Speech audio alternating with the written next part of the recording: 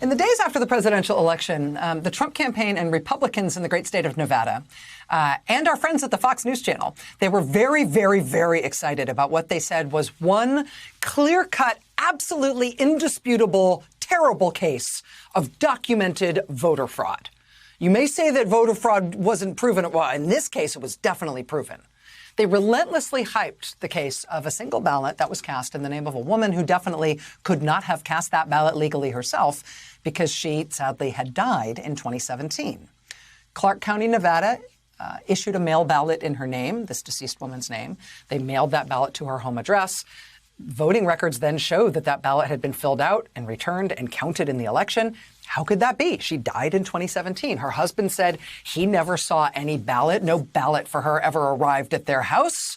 So this must be a clear case of voter fraud. Somebody stole that woman's ballot and voted in that woman's name. The Nevada Republican Party frequently, repeatedly promoted this video of the husband speaking with the local CBS station.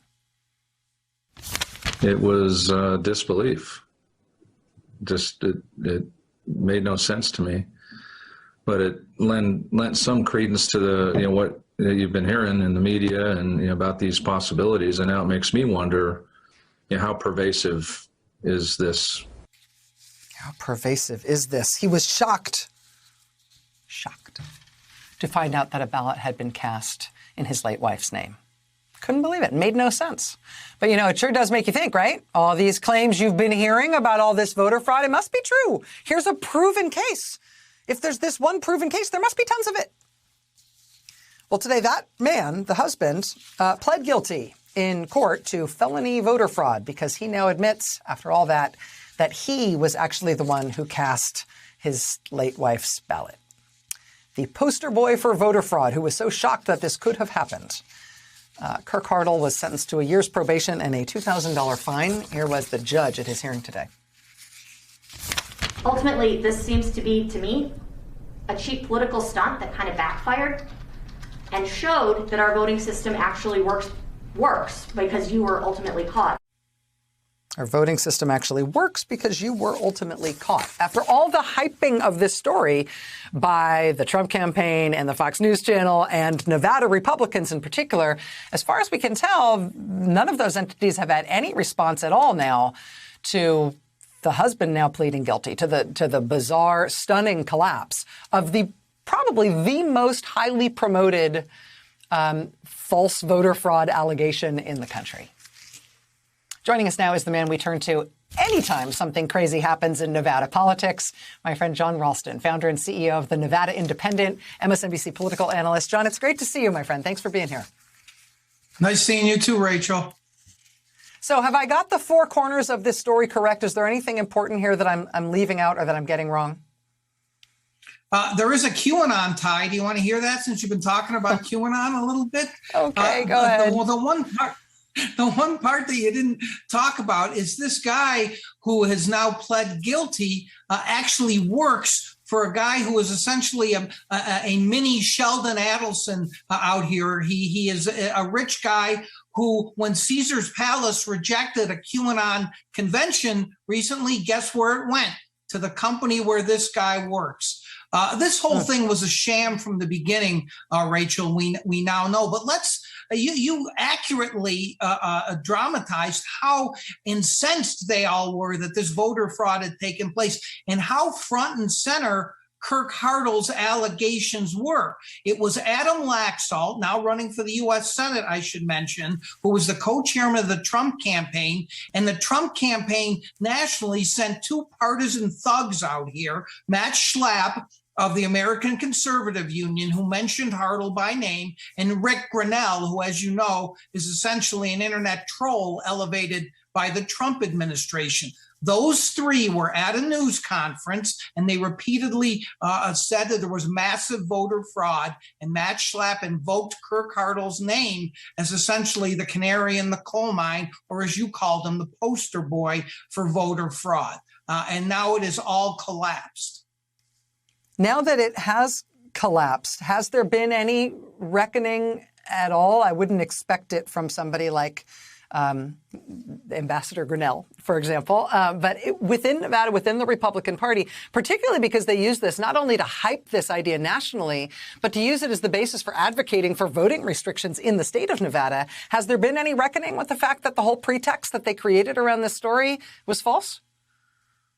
Sounds of silence, Rachel. They've not said a word. And by the way, if any of them had any integrity whatsoever or weren't tendentiously trying to create this atmosphere to put those election restrictions in place, Rachel, they would have apologized for foisting this fraud upon the public. The big question to me, of course, is what did they know and when did they know it? That this was just a guy who essentially was fabricating this. And believe me, he's getting off relatively easy, as you saw with the sentence there, because the case essentially is circumstantial. That is, they didn't actually see him cast the ballot, but they had evidence, I'm told, my sources tell me, Rachel, on video and some text messages in which they had the guy pretty cold. And so they have not, Adam Laxalt, Rick Grinnell, Matt Schlapp, the chairman of the Republican Party, Michael McDonald, there have been crickets since this decision came out and then the sentence was imposed today. After the election, in the last weeks between Trump lost the election to Biden and Inauguration Day when Biden was finally sworn in, during Trump's lame duck period, Trump went out of his way to stuff the top echelons of the Pentagon with Trump-loyal appointees who had no experience that would qualify them for those kinds of senior jobs. These were people who were above all, and in some cases, exclusively known as Trump loyalists. These are people who, for example, had worked for Mike Flynn, who had worked for the fringiest and weirdest Trump warriors in Congress, people who'd worked for, like, Congressman Devin Nunes. What did Trump want with those guys at that time? That he spent all of that time and energy during the lame duck period stuffing them into senior jobs at the Pentagon just for the dying days of his administration. What did he think they were going to do there? Well, in Jonathan Karl's new book, he explains how one of those Trump appointees, who we spent a long time trying to figure out what he was doing at the Pentagon, one of the things he was doing in his last days at the Pentagon was he was fielding calls from Mike Flynn after the election. Flynn telling him that he needed to act from his senior position at the Pentagon to overturn the election. Quote, this is from Jonathan Karl's book. "We need you," Flynn told him. He said there was going to be an epic showdown over the election results. He said he needed to get orders signed, that ballots needed to be seized, that extraordinary measures needed to be taken to stop Democrats from stealing the election. The Trump Pentagon appointee, a man named Ezra Cohen Watnick, quote, had enormous respect for Flynn. And the retired general had given him one of the most important jobs in the National Security Council when he was just 30 years old. But as Flynn ranted on the phone about the election fight, Cohen Watnick felt his old boss sounded manic. Shortly after Flynn called him, Cohen Watnick received another call from Sidney Powel, Flynn's former lawyer who is now advising President Trump and, like Flynn, promoting some of the craziest theories about the election. Sidney Powel called Ezra Cohen Watnick with a bizarre request. Her request was specific, urgent, and highly sensitive. It was also completely insane. CIA Director Gina Haspel has been hurt and taken into custody in Germany, she told Cohen Watnick. You need to launch a special operations mission to get her. Ezra Cohen Watnick had never before spoken to Sidney Powel, and he was shocked that she had called him at his direct phone line in his office. It's a phone that only rang with calls from within the Pentagon or from the White House, an unpublished number that somebody with access to the internal directory had to have given her. Sidney Powel went on to explain to him that CIA Director Gina Haspel had been hurt while on a secret CIA operation to seize a computer server from a company named Seidel. The server, Powell claimed, contained evidence that hundreds of thousands, maybe millions of votes had been switched using rigged voting machines. Sidney Powell believed Gina Haspel had embarked on this secret mission to get the server and destroy the evidence. In other words, the CIA director was part of the conspiracy. That's why Sidney Powell wanted Ezra Cohen Watnick to send a special operations team over to Germany immediately. They needed to get the server and force CIA Director Gina Haspel to confess. Ezra Cohen Watnick thought Sidney Powell sounded out of her mind. He quickly got off the phone and reported the call to the acting defense secretary. But Powell did not stop there. She then emailed Cohen with another bizarre request. She wanted help getting something called a letter of marque.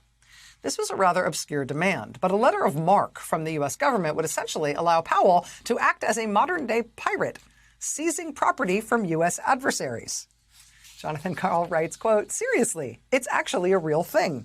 In Article 1 of the U.S. Constitution, Section 8, Clause 11, Congress is granted power to grant letters of marque and reprisal and to make rules concerning captures on land and water. At the time it was written, the idea of this part of the Constitution was to give privately owned ships, privateers, aka government-authorized pirates, the authority to raid merchant ships who were aiding an enemy during time of war. Why did Sidney Powell want a letter of marque? Did she want to conduct her own mission to seize a mysterious computer server in Germany? Who the hell knows? Quote, the efforts of Michael Flynn and Sidney Powell to enlist Ezra Cohen in their efforts to overturn the election results, which are reported in Karl's book here for the first time, are among the strangest and most potentially dangerous actions taken by Trump's allies in the aftermath of the election. Just think about the request from Sidney Powell. She was asking the top intelligence official at the Pentagon to dispatch a special operations team on a mission to capture the CIA director.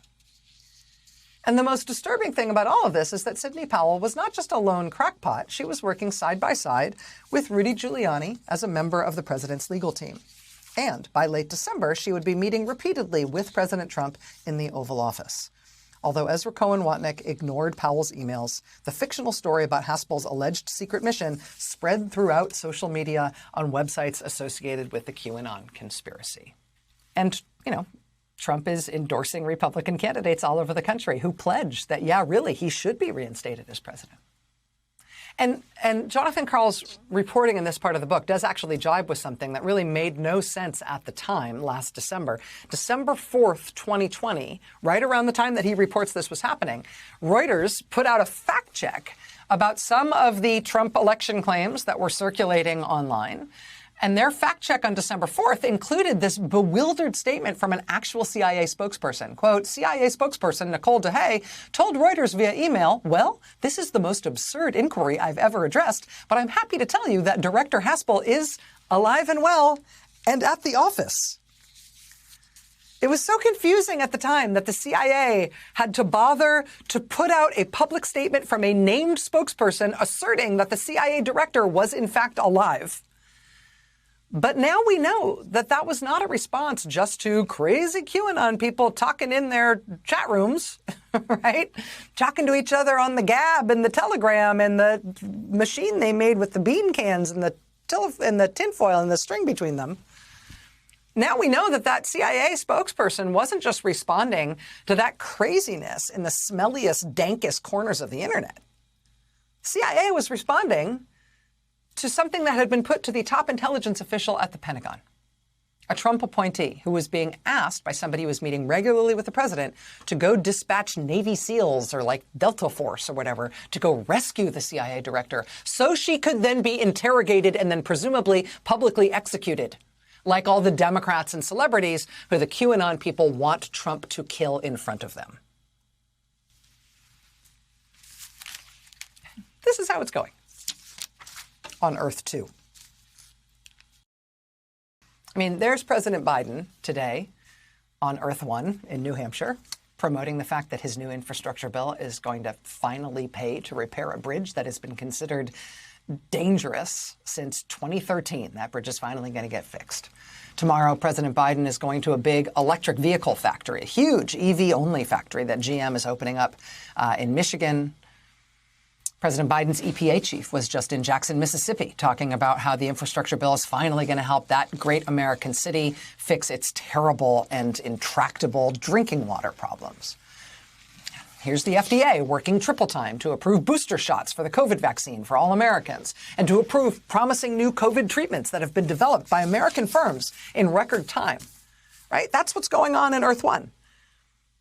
And then simultaneously, here's the Republican Party's most fanatical base voters singing "We Are the World" and praying in a circle and cheering at passing sirens because they assume the reincarnated former president's son will come back from the dead, like claw his way out of his casket and run with Trump to make him king soon. It's about to happen. Tomorrow, the most rabidly pro-Trump congressman in Washington, Paul Gosar of Arizona, will be censured by the House and stripped of his committee assignments after he posted a cartoon video of himself murdering a Democratic congresswoman. He's one of the first Republican members of Congress to associate himself with QAnon conspiracy theories, and he has continued to do so over time. The most normal thing going on in Republican politics right now is that a Republican congressman from Alabama, Congressman Gary Palmer, has apparently distinguished himself by becoming the first Republican member of Congress to send out a local press release claiming credit for what's in the infrastructure bill, for what it's going to do for his home state of Alabama, even though he himself not only voted against the bill, he spent the last several months vigorously denouncing it as a terrible, reckless, dangerous thing. Republican Congressman Gary Palmer in Alabama denounced the infrastructure bill. He voted against the infrastructure bill. Now he wants his constituents to know that he's going to take credit for all the good that infrastructure bill is going to do for the good people of Alabama. Congressman Gary Palmer. It used to be that a story like that would be, like a slam dunk story for the national press for weeks, that the Republican Party would have to come up with some answer for because that was so embarrassing. Hypocrisy on that level, disingenuous cravenness on that level. Oh, how are we going to put down this firestorm? These days, that's like cute, given what else is going on over there. We've also got a brand new problem I had never even thought about before it descended upon us now. But it has descended upon us now thanks to Russia. Russia this week literally used a ground-based missile to blow up one of its own satellites. They had a satellite that was out there in space orbiting the Earth. They shot a missile from the ground at that satellite and exploded it. Now, the good news for Russia is that the missile hit its target and, in fact, blew up the satellite. The bad news for Russia and the whole rest of the world is that their missile hit that target, blew up the satellite, but they blew it up into a gazillion little pieces that are now still there, orbiting around the Earth like a million little faster than a speeding bullets, posing a real threat not only to, other satellites in orbit, but most acutely posing a threat to the International Space Station, which is currently in orbit, full of astronauts who are currently living on board. Those astronauts had to take emergency precautions yesterday as they were, surprise, flung into an orbital debris field that didn't exist before Russia chose to pull off this stunt, despite the proximity of the International Space Station and the humans on board. Thanks, Russia. Did you think about that first? Did it even matter to you that some of the astronauts you put in danger were themselves Russian astronauts? Do you care? You just wanted to cannonball into the crowded kiddie pool and never mind who you crushed on the splashdown, right? Knock yourself out. It's a problem I never even conceived of before, and now we're living through it. All summer long, the job numbers that come out every week and that come out monthly, the job numbers were kind of meh.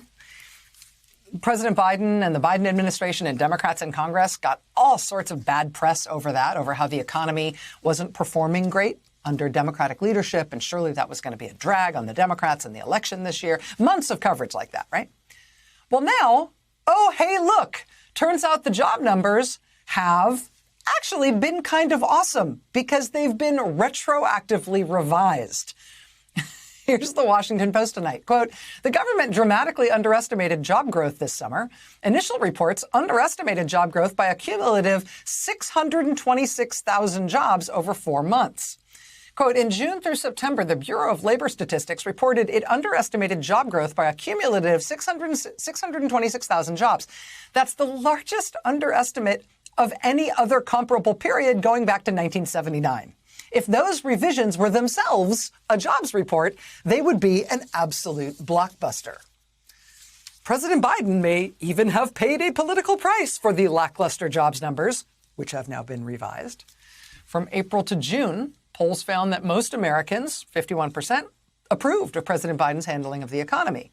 But as the bad economic numbers came out, those approval numbers fell steadily. By October, just 39% approved of Biden's handling of the economy.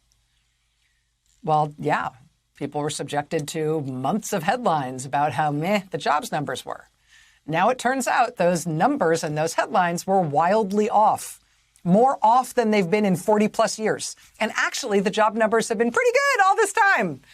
Oops, we need to add another 626,000 jobs to what we thought the numbers were. At which point President Biden gets to say, great, now where do I go to get my reputation back? Where do I go to undo the months and months and months of bad press that turns out were based on false pretenses?